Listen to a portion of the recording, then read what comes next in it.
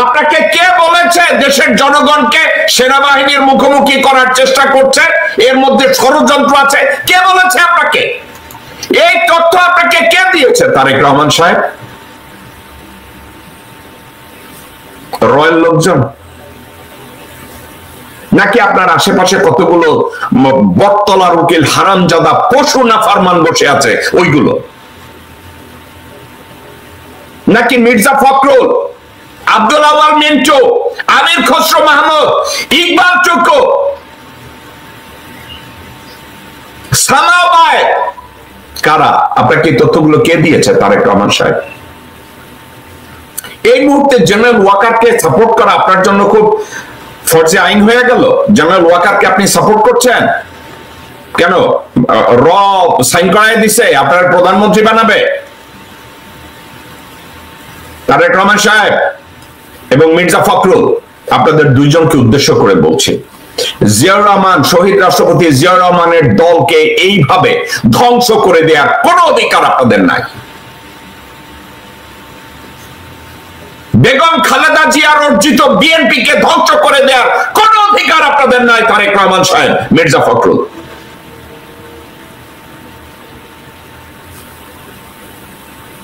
আপনার বাবা মেজর হয়ে নিজের জীবনের উপরে ঝুঁকি রেখে, নিজের স্ত্রী পুত্রদের উপরে ঝুঁকি রেখে স্বাধীনতা ঘোষণা করেছিলেন এই ভারতের তাবেদারি করার জন্য না। তারেক রহমান সাহেব, ভারতীয় চক্রান্তে পিটিয়ে আপনার কোমর ভেঙে দেওয়া হয়েছিল।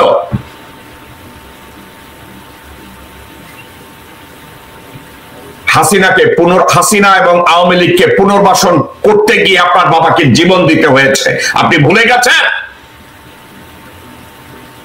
এই মির্জা ফখরুলের মতো লোক, ডক্টর বদরুদ্দোজা চৌধুরীর মতো বেঈমানের মতো লোক, তাদের জন্য আপনার বাবাকে জীবন দিতে হয়েছে। এখন আপনি আরো ডক্টর বদরুদ্দোজা জোগাড় করেছেন, ভারতীয় হায়না জোগাড় করেছেন। তারেক রহমান সাহেব, কোন পৃথিবীতে বাস করেন? আপনার পাশে কতগুলো ল্যাংড়া পড়া হারামজাদা রেখেছেন, তারা আপনাকে বলছে জনগণকে আর্মির বিরুদ্ধে লেলিয়ে দিচ্ছে। তারেক রহমান সাহেব, আপনাকে নিয়ে আপনার বিভিন্ন কথা নিয়ে আমি সমালোচনা করতে চাই না। আমি বিশ্বাস করতে চাই আপনি জিয়াউর রহমান সাহেবের সুযোগ্য পুত্র। এ ধরনের বাহুত্রা, গাবুটাই, হুবড়িটাই, এ ধরনের মন্তব্য আপনি কোথায় পেয়েছেন? দর্শকবৃন্দ, তারেক রহমান একজন সশ্রদ্ধ, স্বজন, মানে খুবই বন্ধু বৎসল্য, খুবই ভালো একজন মানুষ। আমি এই হিসাবেই তাকে জানি। এর চেয়ে বিপরীত আমি কোনো কিছু আমি জানি না। আমি তারেক রহমানকে মনে করি তার শরীরে বয়ে রয়েছে জেনারেল জিয়াউর রহমানের রক্ত, বেগম খালেদা জিয়ার রক্ত। কিন্তু তারেক রহমানকে যদি এভাবে ভুল বুঝিয়ে ধরনের মন্তব্য তার মুখ থেকে বের করে এবং তারেক রহমান যদি এগুলোকে ভেরিফাই করতে ব্যর্থ হয়, এটা অত্যন্ত কষ্টের কথা। বেগম জিয়ার অসুস্থতার সুযোগে ভারতীয় আধিপত্যবাদী যেসব কুত্তারা রয়েছে তারা যদি চারিদিকে ঘিরে ধরনের কথা বলে, তারেক রহমান সাহেব, মির্জা ফখরুল এবং দেশের আজকের যারা এসব কথার সাথে বিশ্বাস করেন, আমি তাদের উদ্দেশ্যে একটা কথা বলি। একটা সেনাবাহিনীকে ধ্বংস করার জন্য ওই দিনই ধ্বংস করার পায় তারা শুরু হয় যেদিন জেনারেল মোস্তাফিজুর রহমানকে রিটায়ারমেন্ট থেকে ব্যাক করে রয়ের ওত নেয়ার পরে তাকে সেনা প্রধান করা হয়। ওই দিন বাংলাদেশ আর্মি ইনস্টিটিউশনের ভিতরে রয়ের গোড়াপত্তন শুরু হয়। 96 সালে আপনাদের মনে আছে, জেনারেল মোস্তাফিজকে রিটায়ারমেন্ট থেকে ডেকে রয়ের ওত প্রথম নেওয়ানো হয়। তাকে রয়ের ওত নেওয়ানোর পরে তাকে আর্মি চিফের দায়িত্ব দেওয়া হয়। দর্শকবৃন্দ,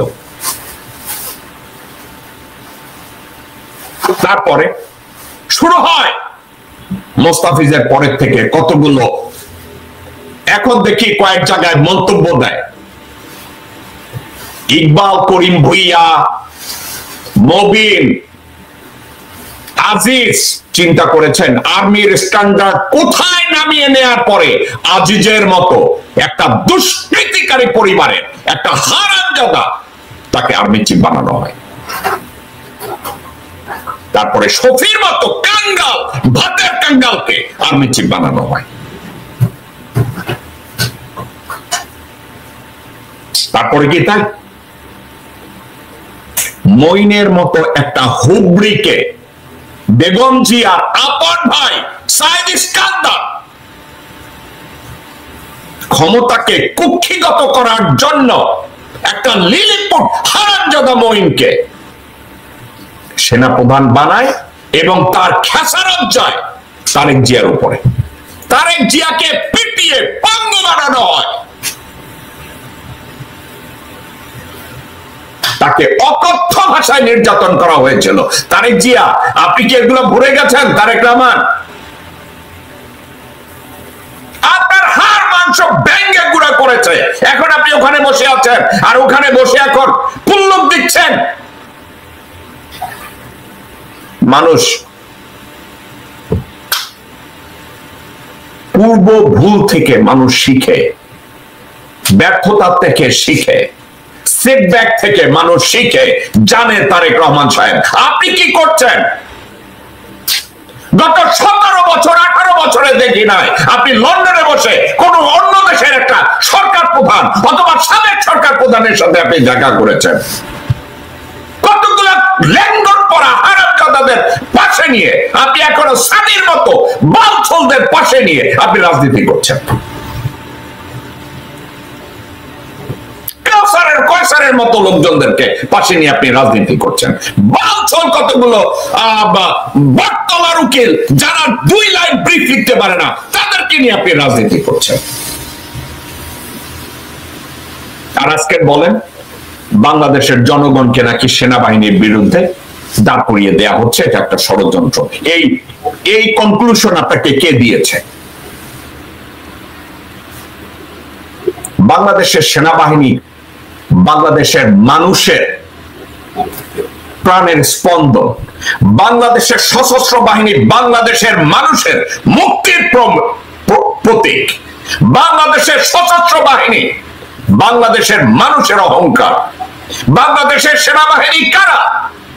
আমার ভাই বোন, আত্মীয় স্বজন, ভাইস্তা ভাইগনা, প্রতিবেশী, তারা বাংলাদেশ আর্মি।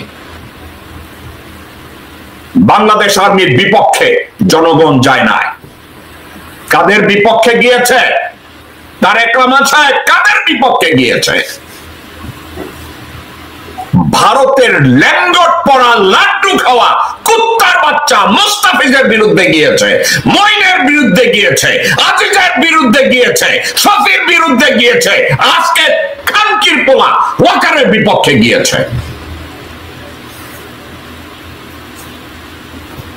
আর আপনি বলছেন সেনাবাহিনীর বিরুদ্ধে? তারেক রহমান সাহেব ওয়াকার এবং রয়ের 29-30 জন জেনারেল বাংলাদেশ আর্মি না। বাংলাদেশের আর্মির সদস্য সংখ্যা 2,30,000-এর মতো, তার ভিতরে মাত্র 30 জন। এই 30 জনকে রক্ষা করার জন্য আপনি তারেক রহমান পুরো আর্মিটাকে দোষ দেওয়ার একত্র করার চেষ্টা করছেন।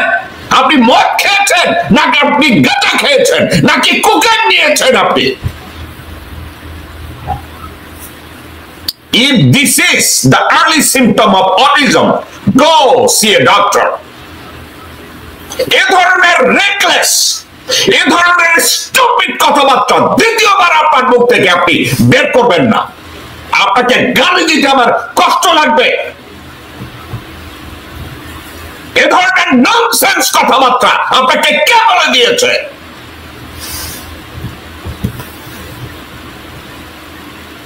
কেউ যদি আজিজের বিরুদ্ধে কথা বলে সেটা কি সেনাবাহিনীর বিরুদ্ধে বলবে?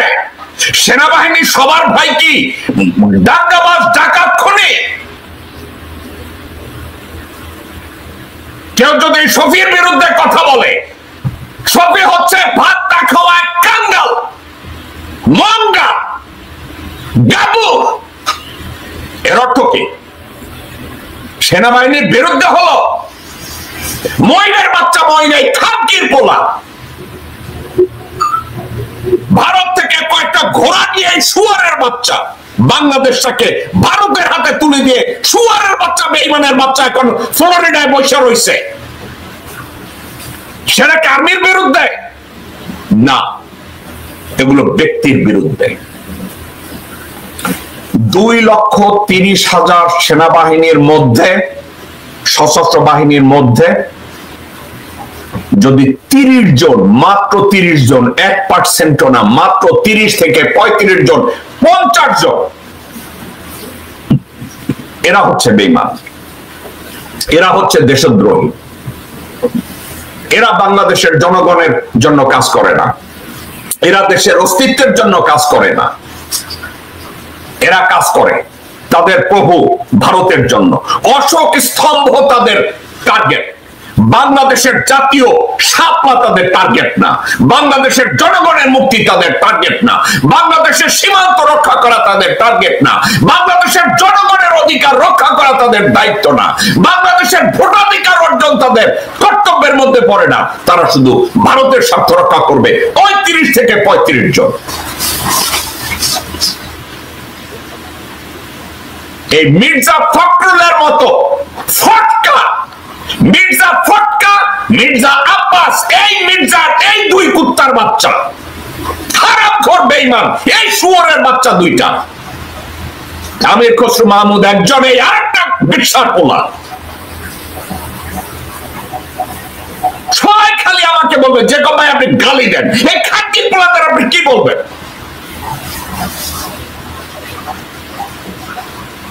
আজকে তারা বলে আমরা নাকি সেনাবাহিনীর বিরুদ্ধে জনগণকে ইগনাইট করতেছি, আমরা নাকি জনগণকে সেনাবাহিনীর বিরুদ্ধে লীলায় দিতেছি।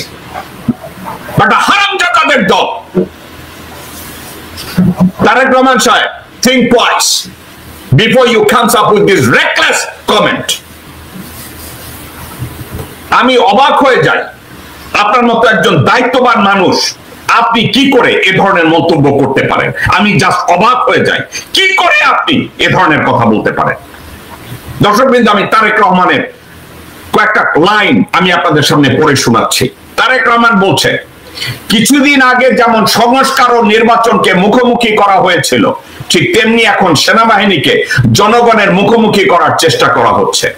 আমরা এটুকু নিশ্চয়ই বুঝি যে এর পিছনে অবশ্যই ষড়যন্ত্র আছে। আমরা সবাই মিলে যদি সচেতন থাকি, অবশ্যই আমরা এসব ষড়যন্ত্র মোকাবেলা করতে পারবো। তারেক রহমান, আপনার কথার জবাব দিচ্ছি। সংস্কারের পিছনে আপনাদের অনেক জায়গায় আপত্তি আছে, অনেক জায়গায় ভণ্ডামি আছে, অনেক জায়গায় আপনাদের অদূরদৃষ্টি আছে। আপনি শুনতে চান তারেক রহমান সাহেব কোথায় আছে? দর্শকবৃন্দ, কোথায় আছে আপনাদেরকে আমি বলি।